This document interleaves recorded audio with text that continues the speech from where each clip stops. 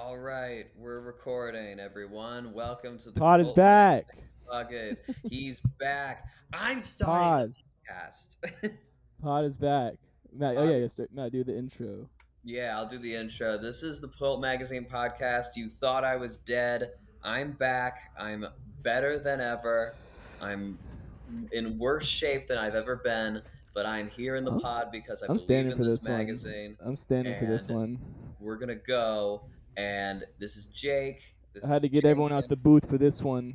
I and had to we're get gonna everyone get out the booth for this one. and we're gonna We were be supposed we're to gonna have be a guest ripping. tonight. We were supposed to have a guest tonight, and we had questions prepared for that guest, and we're maybe gonna record with him on Saturday.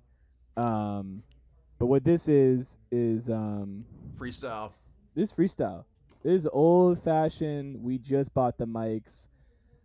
Winter 2023 Cult Magazine style podcast. Um, Trump almost died.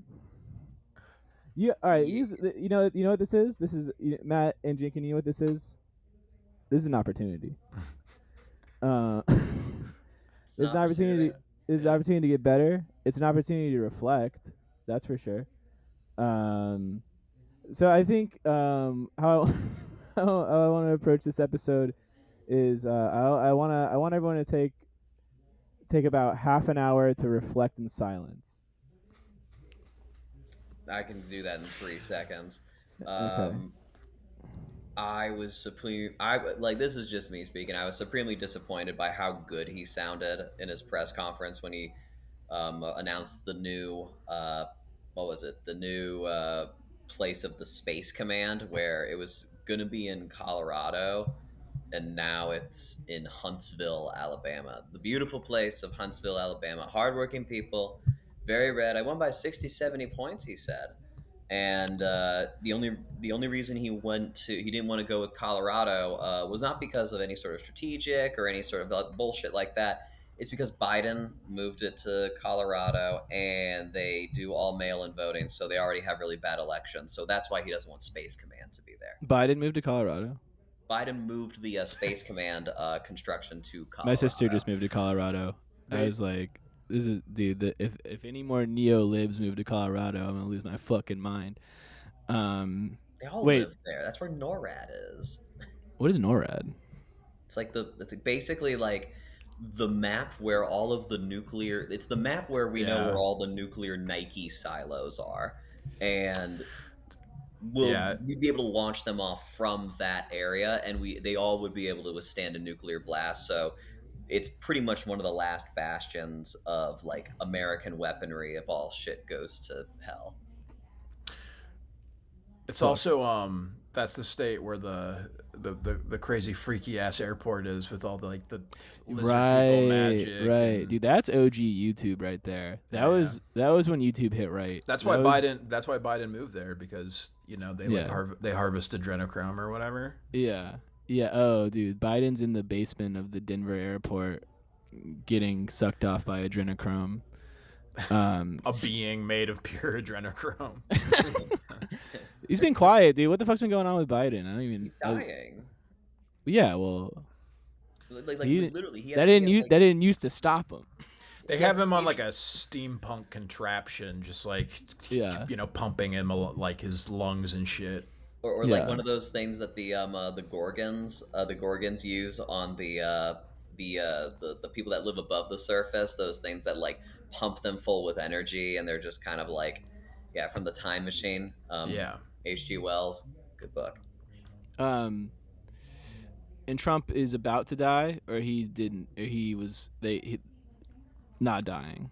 What was I kind of didn't catch any of it. He just He like looks sick? he had like no planned events for a while, and like People were that's like, he's some queen was like, he's dead, honey. Like, yeah. Well, I mean, he's generally he loves the spotlight, So people were. well, I don't see him on the calendar, so Well, that was the whole point. Like the whole point of like Donald Trump is that he has dominated almost every form of media, or at least had a presence on media throughout his entire political career. And the fact that he was gone for a week and with no explanation whatsoever, people are like, oh, like he's dying.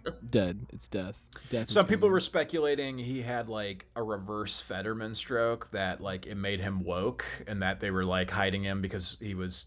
Well, he also had that quote where he's like, "I really want to get into heaven," the jury's Yes. out. So it was like, Yes. did he have like a stroke and then like a come to Jesus moment because he like saw the pearly gates or whatever? But They I put think his ass in the Denver airport. I don't know. I think he was just taking a weekend. I think he's still trucking. I Oh think that fuck. something did happen, but because there was a bruise that showed up on his hand that some people attribute to like an IV was used or like repeated IV uses on his Mm. hand. I mean, that's what Biden had while near the end of his presidency, when around this time we all now know he was getting cancer treatments um, or some version of cancer treatment or immunotherapy. And Adrenochrome. adrenochrome, yeah, Adrenochrome. yeah, Yeah. basically. Did Jimmy um, Carter die? Is he dead yet, or yeah, he's he still? died at He 100 like died. a week after the election. Yeah. This election, which one? Literally, like I think in like late November. 2024. He died.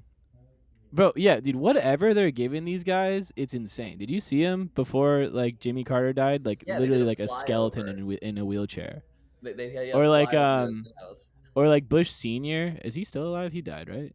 No, he died like I think 7 years ago. Dude, I don't. Yeah, or dude, like when Trump got COVID for the first time, like whatever he came out on, like They get, they got special drugs, whatever yeah, it they gave is. him like experimental treatments or something, and like They I don't Yeah, gave know. him what eventually became known as Paxlovid, but like a Okay. heavy duty version of it. yeah. Like So it wasn't fire. even allowed, and like Pfizer apparently sent a refrigerated like shipment through a Secret Service detail over to Walter Reed. Damn. It That must be was rough. nice to have taxpayer provided healthcare. Yeah, it would be so good. Oh, Yeah, that's right. I'm living out.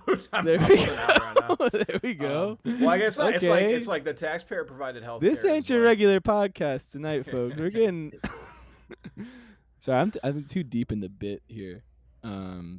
We don't have any topics to talk about. I like didn't even write anything down. It's okay. Um, We can riff. We can yeah, absolutely riff. yeah. Um, We can talk about. maybe I'll Here's read. something.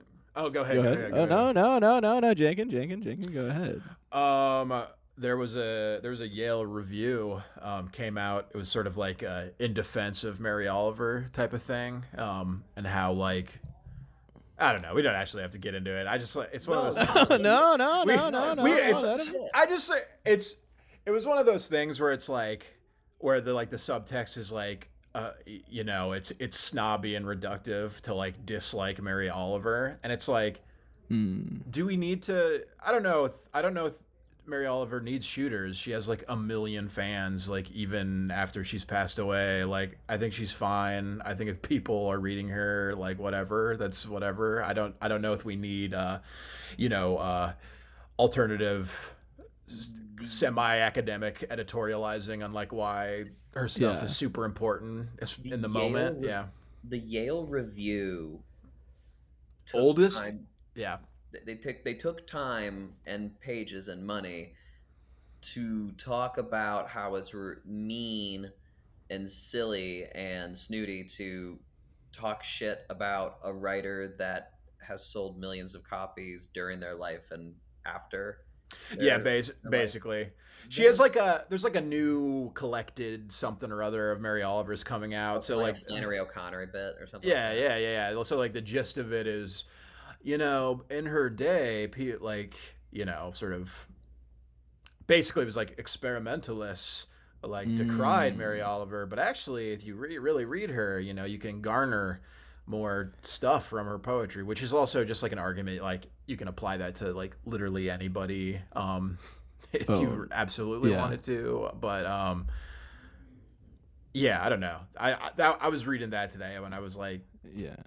why why Yeah. why Oliver's this is from the article. Oliver's poems marked me permanently. To this day, I can't see a snake without thinking of a bike tire. Like, yo, you dumb as fuck, bro. That is so fucking stupid. Like, there's so why don't you talk shit about Rupi Kaur? Why don't you talk And shit yet, if I about asked in Atticus? yeah, wait. So what's the point? I can't. I don't even know a Mary Oliver poem. Mary Is it? Oliver's It's like the one that people always uh, bring up is like the soft animal of your body one. Oh the Um, yeah. what? it's just like, yeah, I don't know. I just like I don't think we need to like critically need to we need to I don't think we need to come back and like salvage Mary Oliver. I think her legacy is doing fine. Yeah. I But don't like, what know. did she do? Was she like problematic in her time? Was she like Anne Sexton, where she was like No, it's not. raping the children? No, not really. I mean, it's like her whole thing is like she does like very naturey, Oh, like sort of, kind of post. I guess it's vaguely romantic without the formalism. Um, okay. not even vaguely romantic. It So, like so is they're just like they're romantic. just nice. They're just Yeah, like they're nice. yeah. It's very much just like, oh, I saw a tree and the tree made me ponder about life. Mm. So it's like I find it to be not very interesting poetry. Yeah. Um, Here's but another. Here's oh, go another ahead, one. go ahead. This is from Mary Oliver. She says, "Tell me, what else should I have done? Doesn't everything die at last and too soon? Tell me, what is it you plan to do with your one wild and precious life?" Um, Stuff like that, Matt. I think is what's going on in Mary Oliver. That's lame. Like that poem's lame. Like like like I'm sorry, but like it just like it's like okay, that's nice. If you've never read poetry and like that's your first exposure, that's like a really nice kind of like gateway into it. But like they're trying to like do the same thing. It seems like they're trying to do the same thing that fucking Harold Bloom actually did good work on when he was talking about Walt Whitman's work. Like he actually like dove deep and was going like, no, there's actually quite a bit of formalism within this free verse, and this is very intentional. This isn't just kind of like him freewheeling it out there. It's really like intentional, brilliant work, which a lot of people about Whitman seem to kind of not get, even though he spent like the latter part of his life revising Leaves of Grass like 7 times. Yeah, yeah.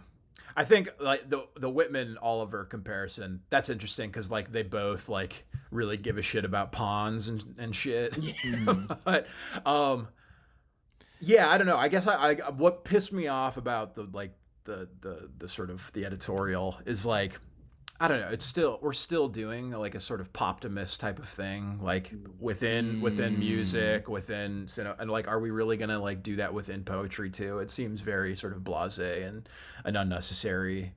Um, but I don't know. You got to publish those. You got to publish those lyric think pieces. Right. Yeah, that's lyric think piece. That's good. That's a good way to say it. Poptimus. That's funny. Um yeah, I don't know. I mean, I don't know if the like anti-pretension wave is still alive like it was I guess it is. I mean, this review. But this is I mean, whatever. This is the Yale review. No one reads this shit, right?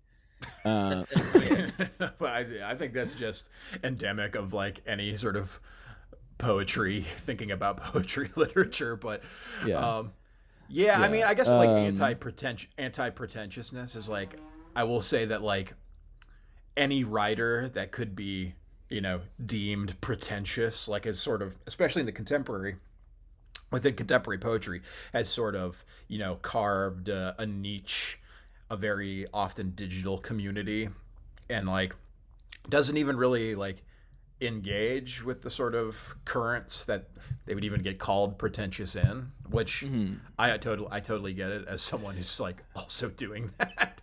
But Here's yeah. here is something I think about often, and I was actually going to ask our guest who canceled on us today about it, whose name is June.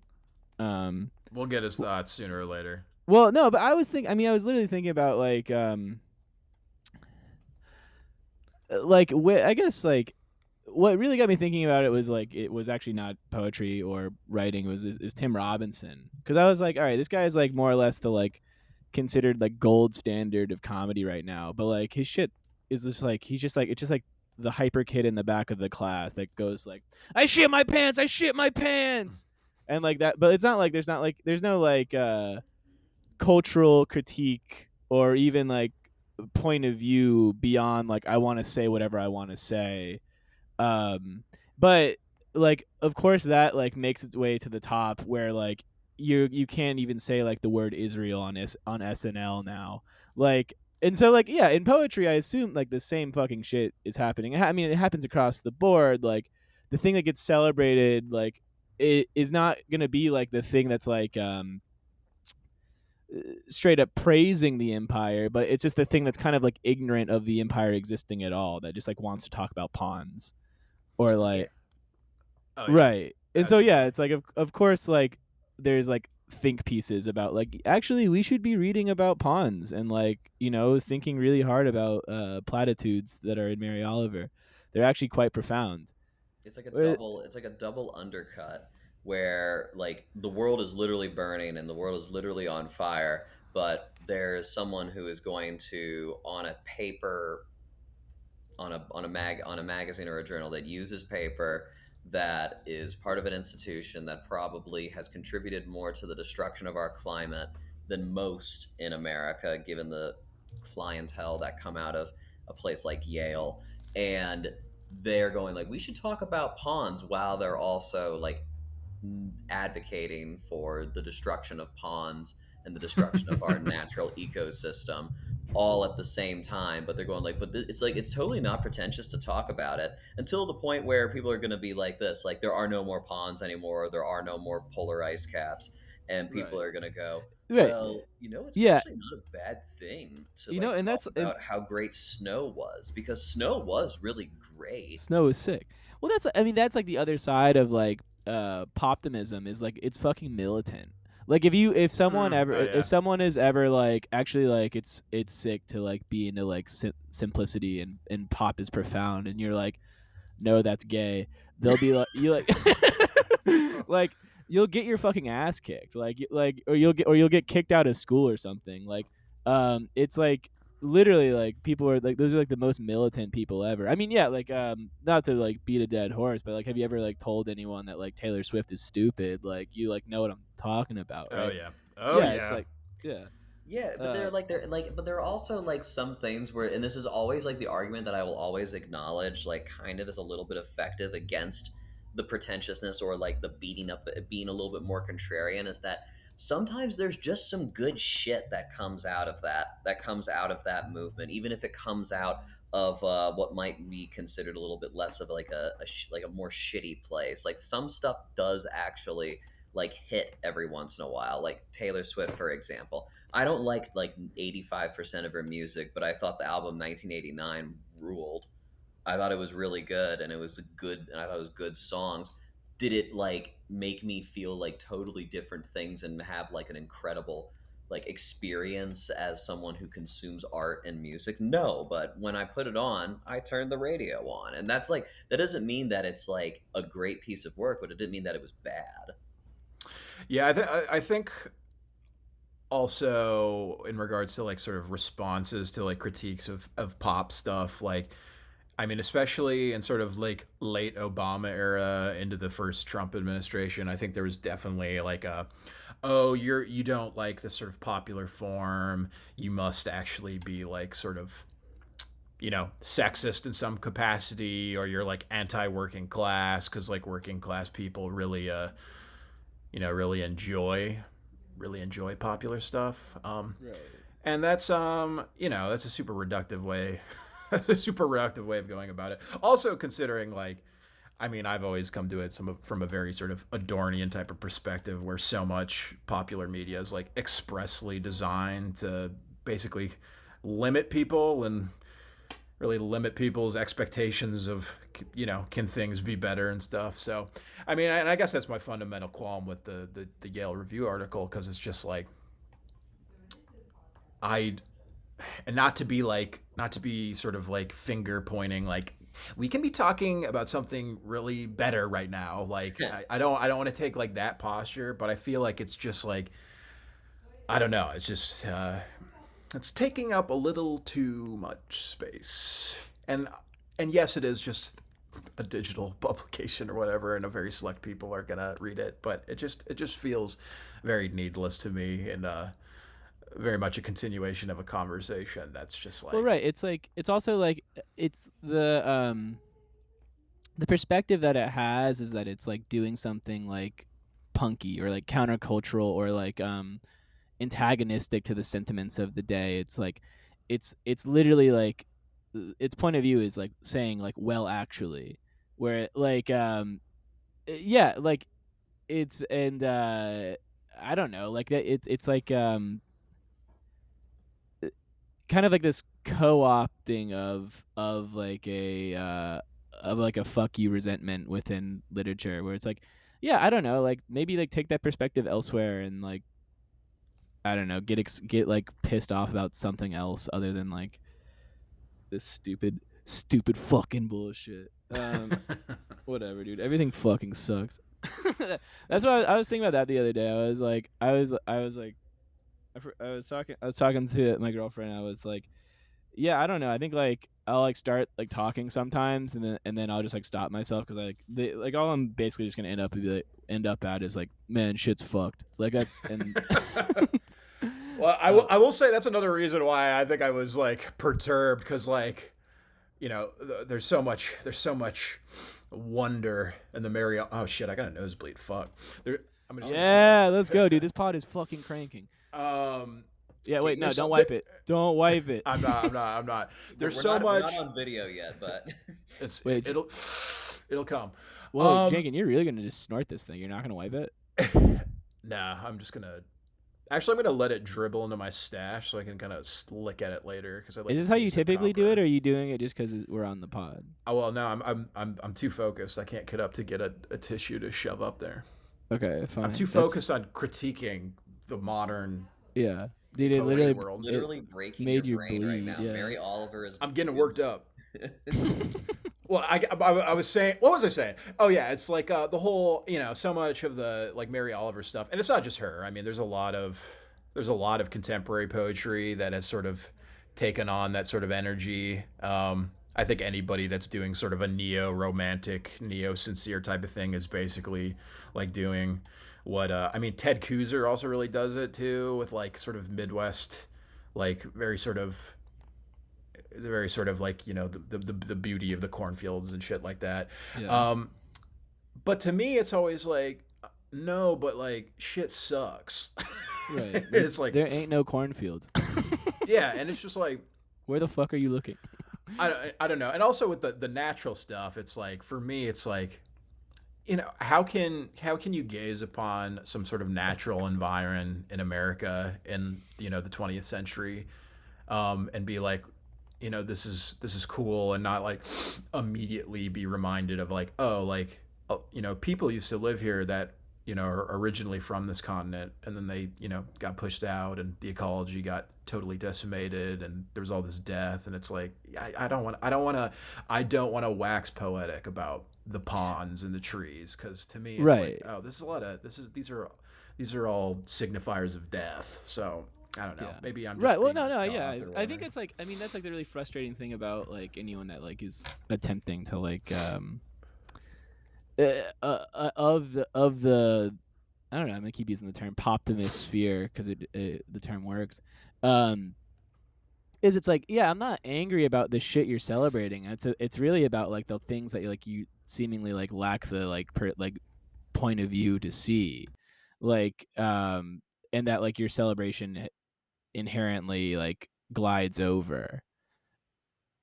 We lost Jenkins, dude. He got a bloody nose and his phone died.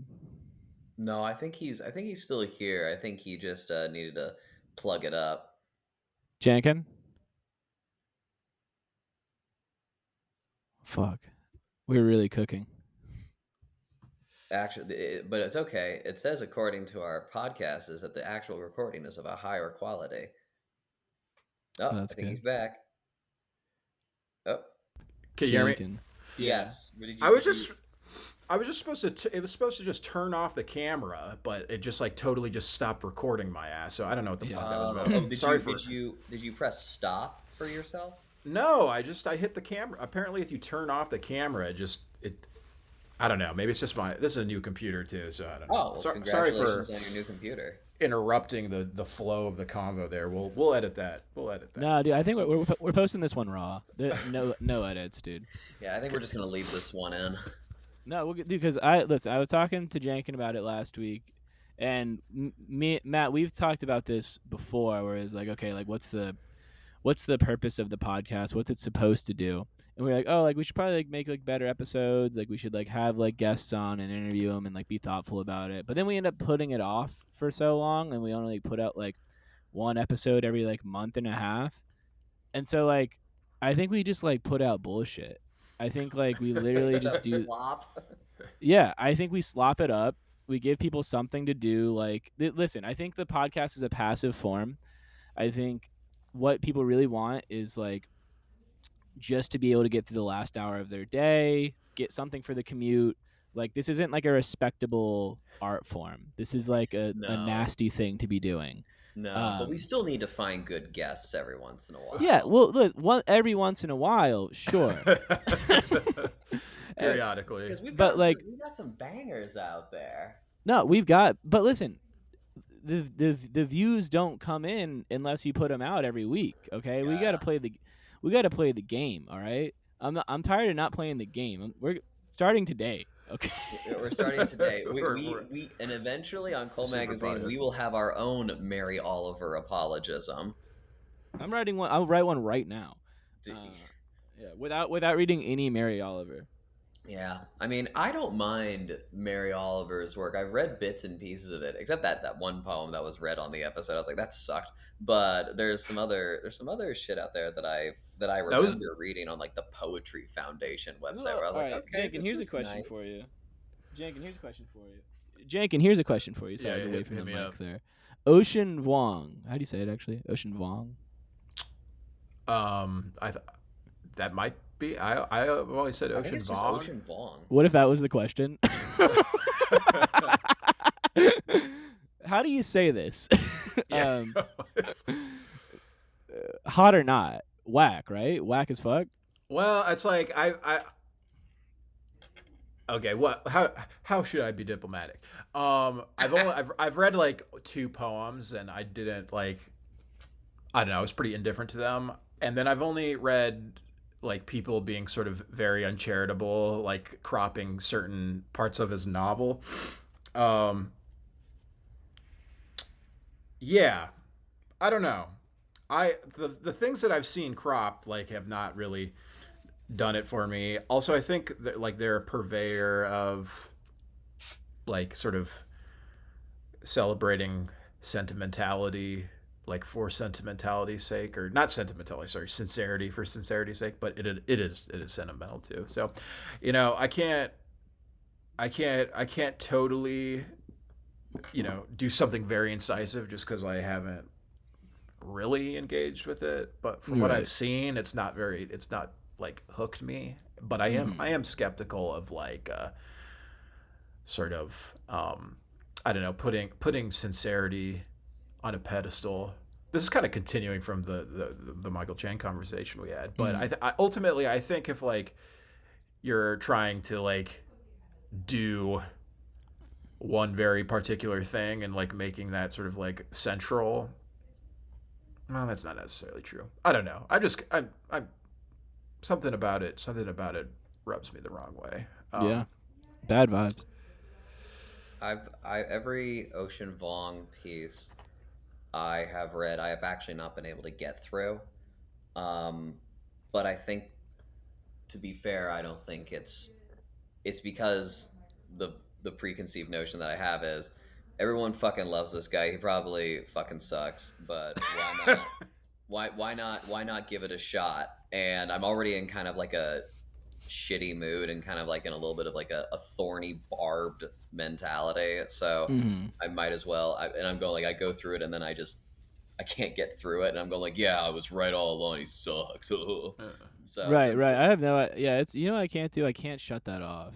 it's really hard to be like, I'm gonna give this thing a chance. But sometimes, like you know, like you got to, you really got to. And Yeah. I will say like, and this is me going like academic mode. Even in texts like you don't totally like as a whole, you know, if you do read it like seriously and like you know spend some time with it, there's going to be aspects of a reading that like you really enjoy, and then other parts that you find like you know awful. I don't know. I always use the example Hmm. of Robinson Crusoe, which is like a book that like Yeah. I think is like evil. There are parts of it that are like, oh, this I can see why this is sort of historically formative, and like I think it's important to read. And there's a certain like sort of it's kind of like working out. Like when you're doing it, it's like this fucking sucks, but when you're done, you're just like, yeah, I feel kind of good now. Endorphins have kicked in. I don't know. That's how I Hmm. kind of. So even with texts that may like you know that you may not think, oh, I'm gonna like this or I'm gonna hate this, whatever. You know, you'll meet in the middle and you'll find something good out of the experience. But also you can only devote so much time to shit, so you have to be sort of Yeah. discerning. I Yeah. I gotta give Ocean Vaughn like his fair shake, an actual fair shake. I need to come at it with, for lack of a better term, I need to come at it with a sincere openness um, to his work. But like, I felt the same way. You mentioned Robinson Crusoe. I feel the same way about Progress Oh yeah, and yeah, yeah, Samuel Richardson's Pamela. yeah, Um, the first half of Pamela is like so scandalous and fun, and also like very problematic by today's standards.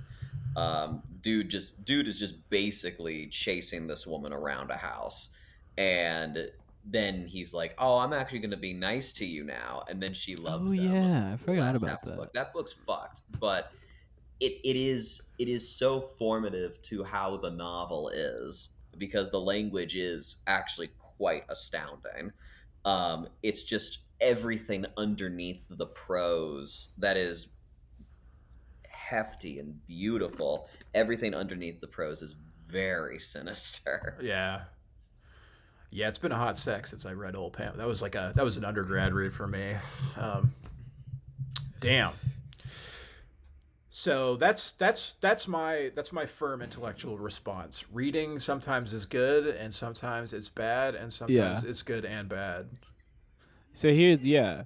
Let it be Uh, known.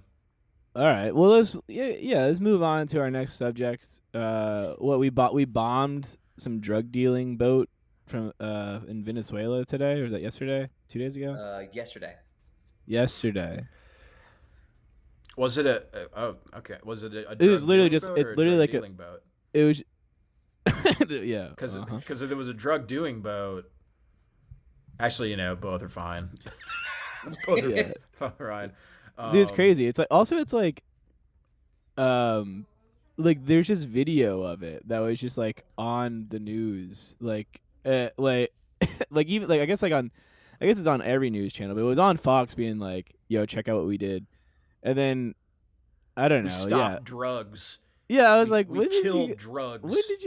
when was this like whose idea? It was just like so like heavy handed where it's just like I feel like it's like really well, I'm not gonna philosophize about dudes getting blown up by bombs.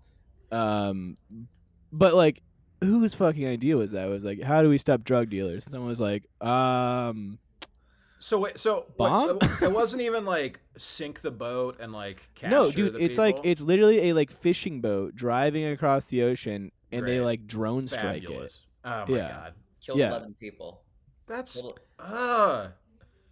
that's evil, yeah, bro. That's evil. yeah, yeah. it's and the profile of this is that he actually, speaking of he announced this shit while he was announcing Huntsville, the Huntsville move of Space Command, and he was going, "This is going to be a really big deal. We blew up a boat.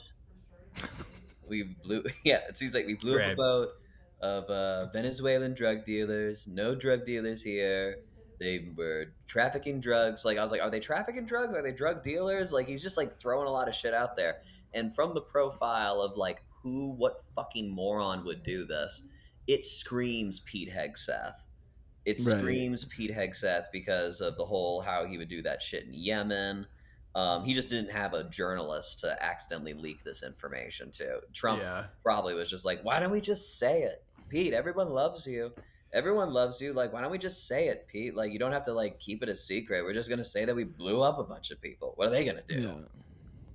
It's kind of crazy. Yeah, I don't know. I mean, nothing's like crazy. We're shit's fucked, man. Like, well, I was listening to Subliminal Jihad last night What? What's that? while I was binge. You don't know, dude? No, I don't know subliminal jihad. I actually don't. Dude, those are the boys, dude. Those are real Potters. What we do is fake. Those guys get it. Oh, I thought you were like listening to sort of like ASMR, just radicalizing material. Trying to, You like, guys don't know about these guys. no, I This- don't.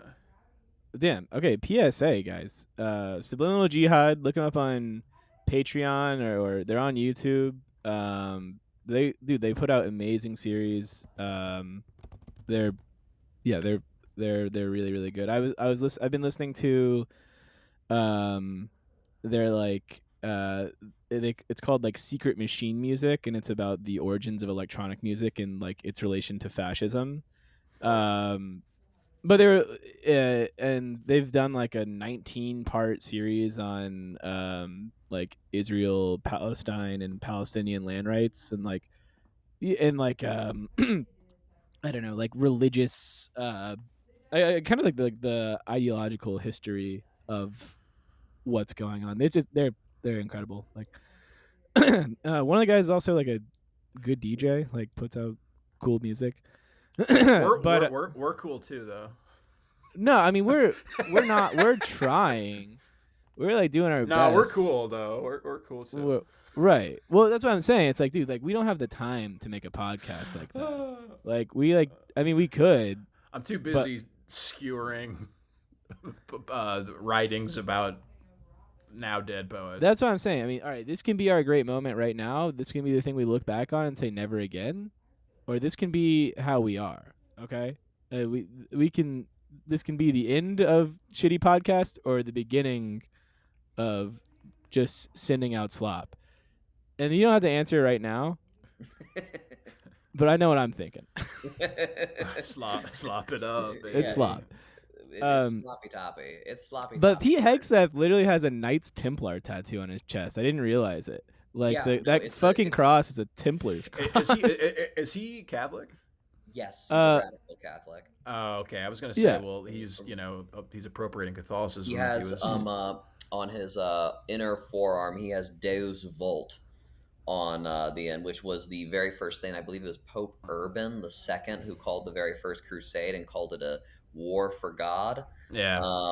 For the very first crusade, and that is I believe it's a dog whistle for people who don't want to be called out for white nationalist leanings, as well as that collection of his pectoral of the Knights Templar tattoo, which is a lot more overt in its connection to the white Christian nationalists.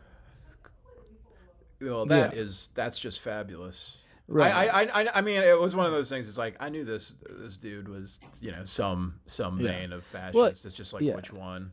It's like and so like I feel like we're at, like to back to optimism, like this like moment, like I mean the Subliminal Jihad guys are talking about this in the episode I was listening to, is like we're post rational discourse, like we've reached the conclusion of like actually having to like defend a point beyond like ideology, be it like because like now like the like all you have to say is like it's God's will. Like we're literally like we've reverted to that point.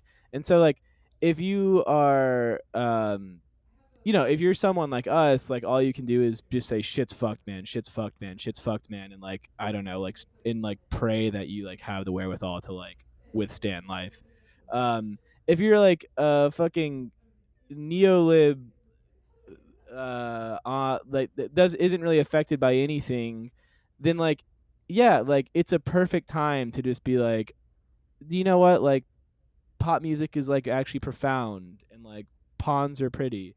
Like because like I mean like I'm not saying anything new here in terms of like yeah, like the country is divided and like the things that and like the gap is like you can never get past the chasm that exists between our 2 points of view. But you literally can't. Like we're at like a point in which you can't be like, oh, that's like explain to me like in like rational discourse why you're doing that, and it's literally like it's God's will, like inshallah, like we're gonna do this. Yeah, I think like especially in the first Trump term, a lot of people went to sort of the poptimism route because like okay, well if you're if there's no actual sort of political power within the ostensible left, whatever that is, then okay, yeah, we're gonna find something revolutionary in the shit we consume, and now it feels like we're like potentially like doing that again, but it feels like so hollow because like we're all like consciously aware of like how impotent and like silly that sort of cultural moment was. Yeah. But like what else are you gonna do? Of course, Right. yeah. Of course, you're gonna Yeah. talk about the why shit. I don't even the Wednesday show. Why is it like fucking changing shit?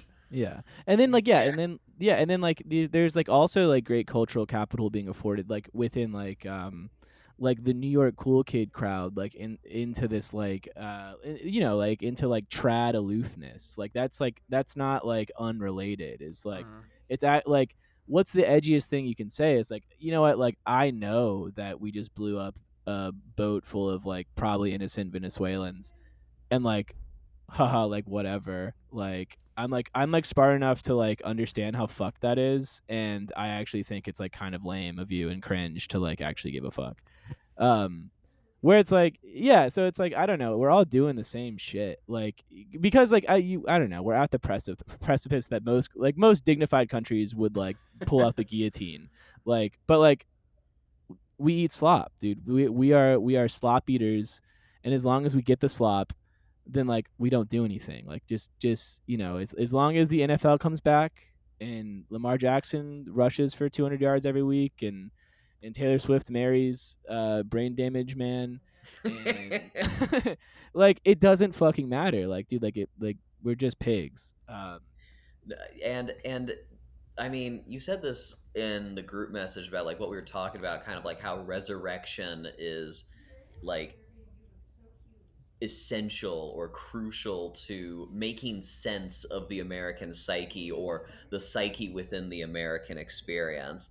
And like I was thinking about that, and as you were talking about this, it feels like the idea of resurrection, redemption, the phoenix arc is so important for people to try to wrap their heads around it, because like in America you can always reinvent yourself, you can always come back. Ronald Reagan says it's the only place in the world where you can become an American. It's this true like conservative notion of pulling yourself up and like struggling through your triumph of will despite everything against you, and like it needs to be that's like that's crucial to the American narrative or the existence of oneself within the American context. But I think like when we look at to what you're saying about like oh we the trad aloofness, how it's like oh it's kind of fucked up that you actually like give a fuck about that. I think that that sort of idea is so on its head now that no one truly believes it, because they actually would be pulling out the guillotine. They actually would be like lining up people up on the wall and saying, "Here we go. This is it. Like this is where you Right. need to make that decision." Right. Well, like go ahead, sorry. But yeah, Well, and I'll just finish off with like this little point that the idea is that it's only further embedded in the mythology and the lie of the American experience, the Zephyrin myth, the immigrant experience of pulling yourself up by your bootstraps, becoming who you really are in this free and bold new tabula rasa of a land, that it is actually like not true at all, and it's very important in our myth to try to believe that as much as, I don't know, like fucking John Henry or Paul Bunyan or Johnny Appleseed. Right. And I guess like also like on whatever we'll call ourselves the left. Yeah. Like I don't know, not to sound like fucking Alex Jones, but like yeah, like wokeness is like such a fucking like mind virus. That's like literally like caused us to like cut each other down. Because like you can be like, oh, like you don't care about the environment, and someone's like response to you is like how reductive, like you don't care about gender, and like that's just like been like the like cycle on like our side for 10 years now. Is like we've like introduced this like capital or in the act of like slaying beasts. And so like I don't know, like yeah, like I'm not trying to be like everyone just get along, but like everyone just fucking get along. um because like yeah, I think like there's always something more fucked up to talk about, and I think that like is like the forever kind of like move of the like leftist dialectic is that like in order to like succeed and win, because at the end of the day like I think like we all have like a like capitalist achiever bone like just like Yeah. baked into us. And so like Mhm. when we're engaging in discourse and we're engaging in ideas, what we're not trying to do is like I don't know, find some like better alternative for the world. We're trying to like pull ourselves by our bootstraps and make ourselves the best and win the discourse. And so like the way you do that is like by like just coming up with like the next most fucked up thing to like topple over whatever the other person's saying. And so like, you know, I don't know, yeah, like it all this shit's a fucking psyop. Yeah. I Yeah, mean, I would like to. I go would ahead. like to say that I'm one of the people. I get paid by a certain shadowy organization to whenever somebody says like working class, you can't say working class, because Yeah. that denies the reality of COVID or something. I'm the Right. guy that Yeah. does that. Actually, I get paid a Yeah, lot of those are money all to your do that. pieces. Yeah. Yeah, like I I always have a problem with people talking. I always have a problem with just the discourse around wokeness in across media, because the idea of like being woke or any of that sort of stuff, like it's been co-opted into its own sort of religion, where like in like let's use Catholicism for example.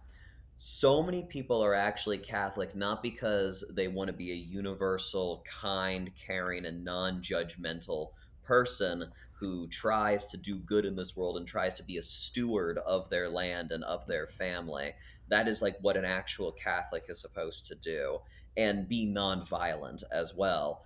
But the but the reason why these people are Catholic is because there is an inherent fear of hell, and they are going to be the lucky few that get into paradise because of it.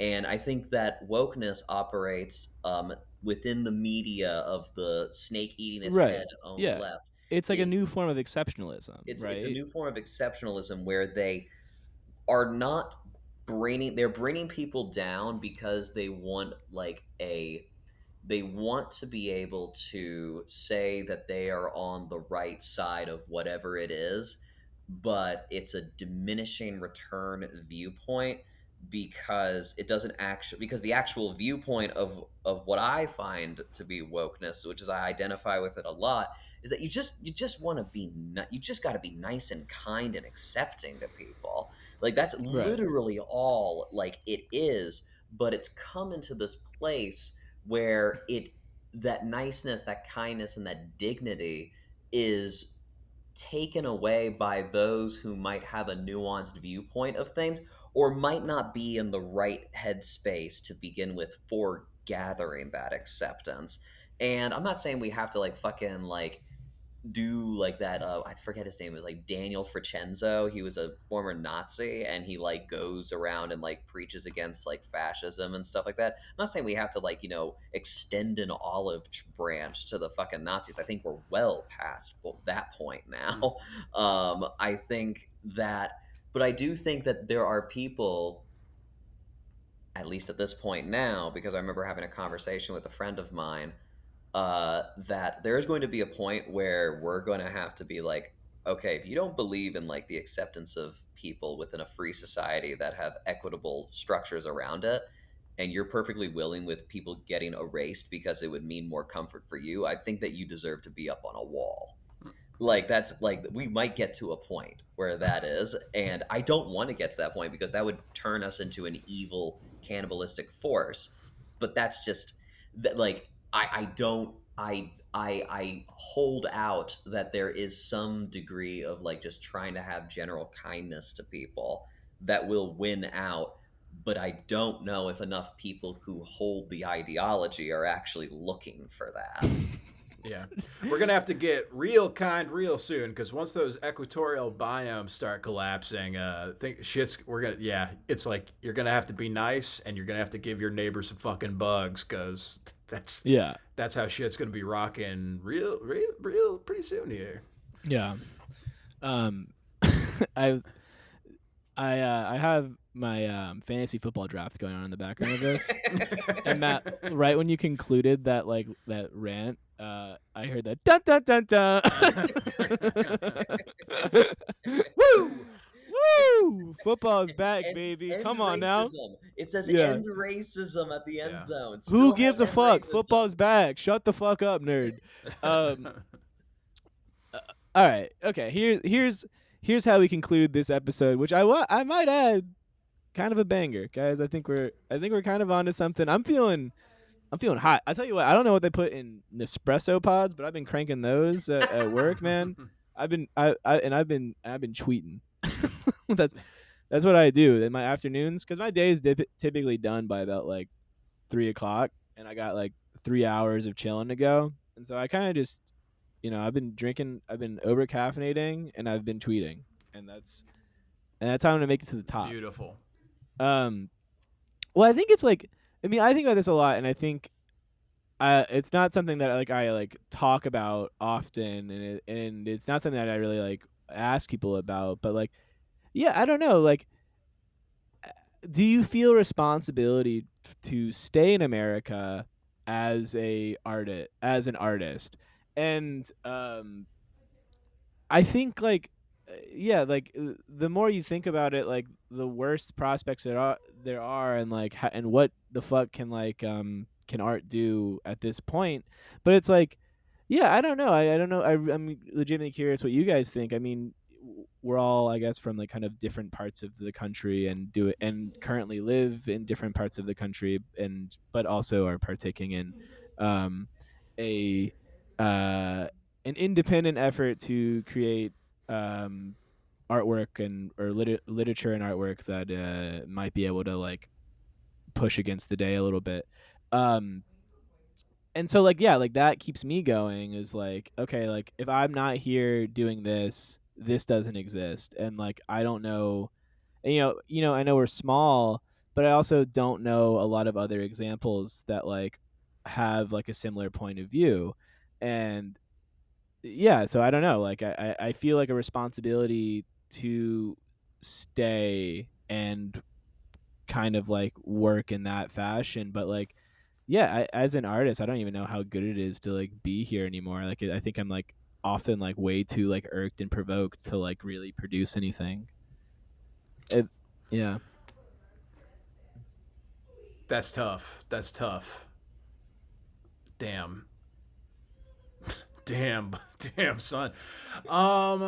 Yeah, I don't know cuz part of me is always like, oh, you should go off to like Berlin or something because like I know a lot of people that I really respect then that are and are great artists that have like they're doing their thing over across the pond. Or I don't know. I guess I lived in Canada for 2 years, um, and that was fun. I was in Vancouver and I really enjoyed it. But it's also like I don't know. I do feel like, man, where else where else but the United States, baby. Right. Yeah. Yeah. Well, it's like, I kind of I know a lot of people that like have a similar point of view, and they're like, well, like I have to like get out of here. And like, dude, there's a lot of precedent in literary history. I mean, like people say like James Baldwin didn't do his best writing until he left the country. Yep. A lot of people's like capacity to like express Americanism and make like work that can, I don't know, provide some type of force against the tyranny of that sits at the heart of the American project, do so once they have like the freedom of mind, once they leave its borders.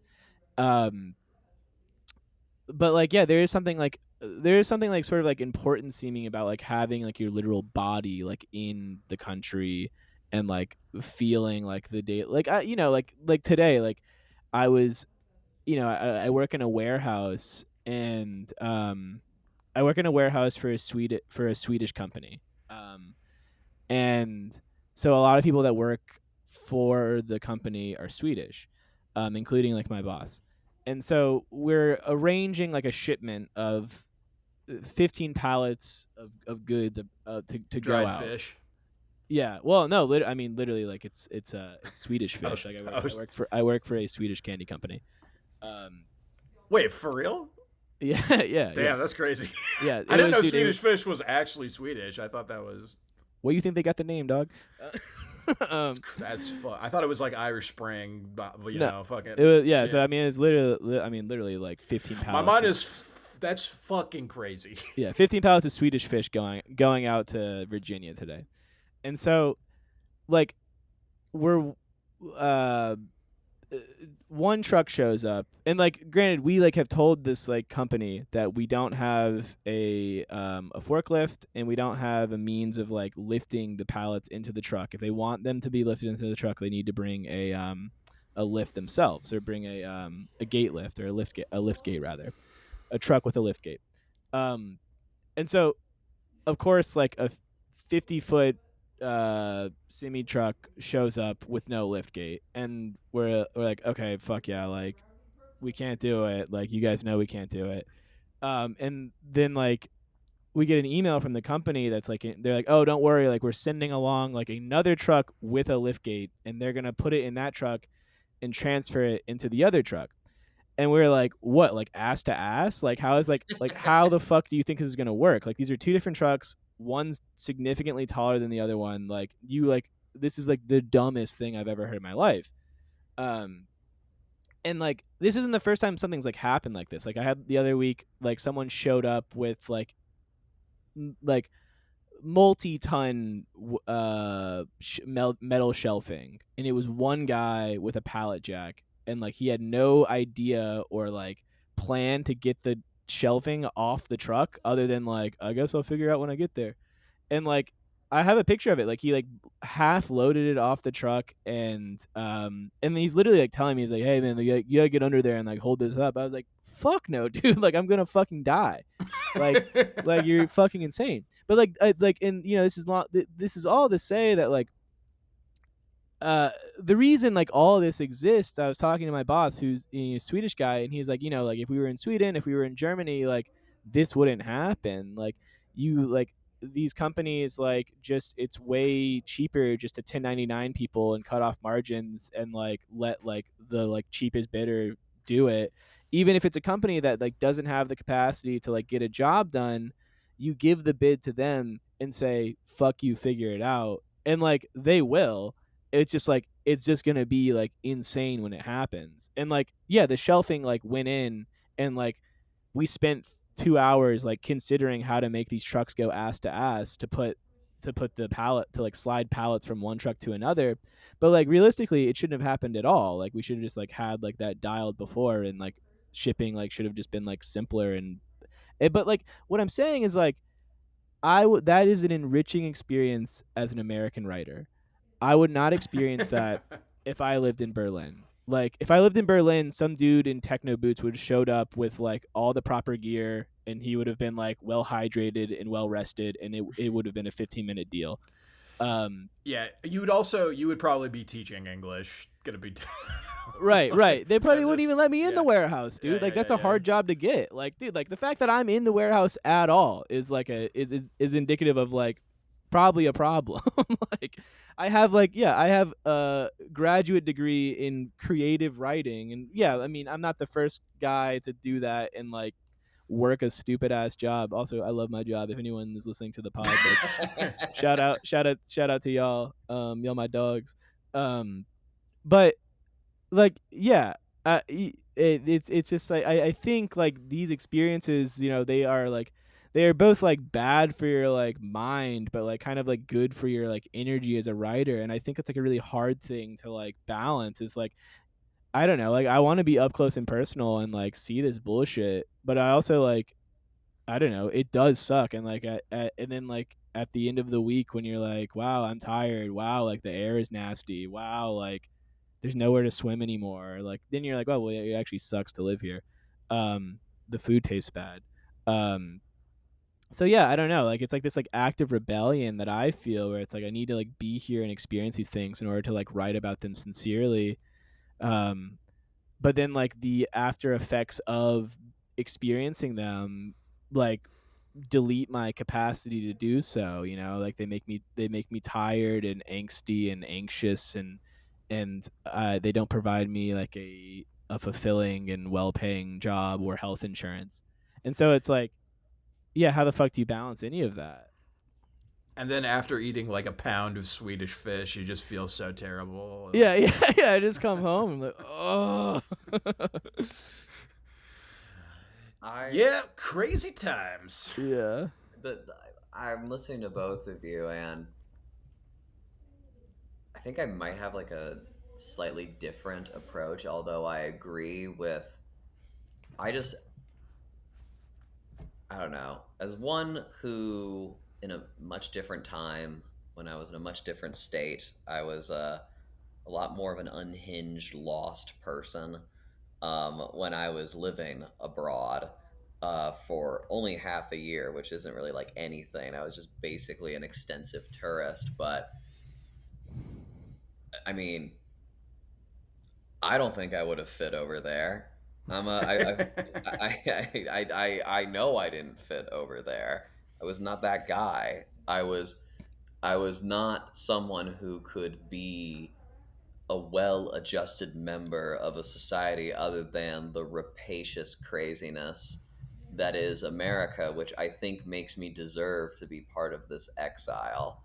And I think I deserve, and this is the Catholic guilt in me coming out, I think I deserve, along with everyone who decides to remain in this country, particularly those who enthusiastically just love what's going on or are convincing them that themselves that they love what is going on currently, that I just feel that we deserve it. I feel that we like, even the, I don't believe in like necessarily paying for the sins of the father, but like enough shit has happened and there's enough information out there for us to know of what the bad shit is and what we can do to get better, but we're not willing to do it because we've never been given an existential threat. Now we are in the middle of an existential threat of our own making and our own volition.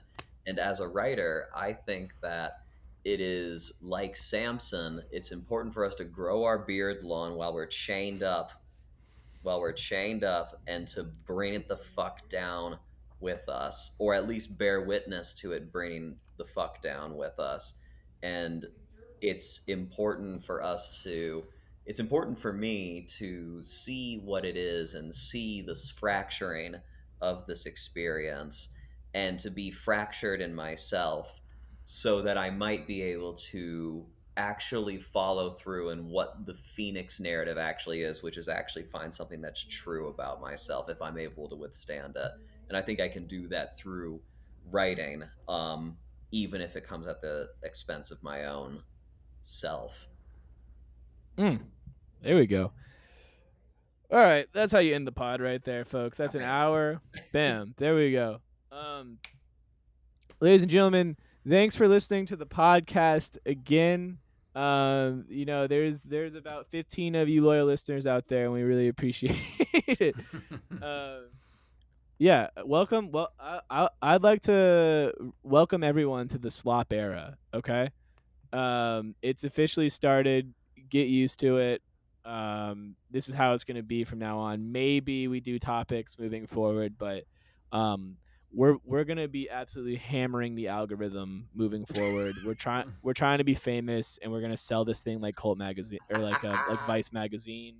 And someone, I wonder who is going to come out as as a neocon. It's not me, I promise. Oh my god. No, it's It's no, me. Yeah. it's Jenkins. Yeah. Yeah, that was a good pod. I think That was a good pod.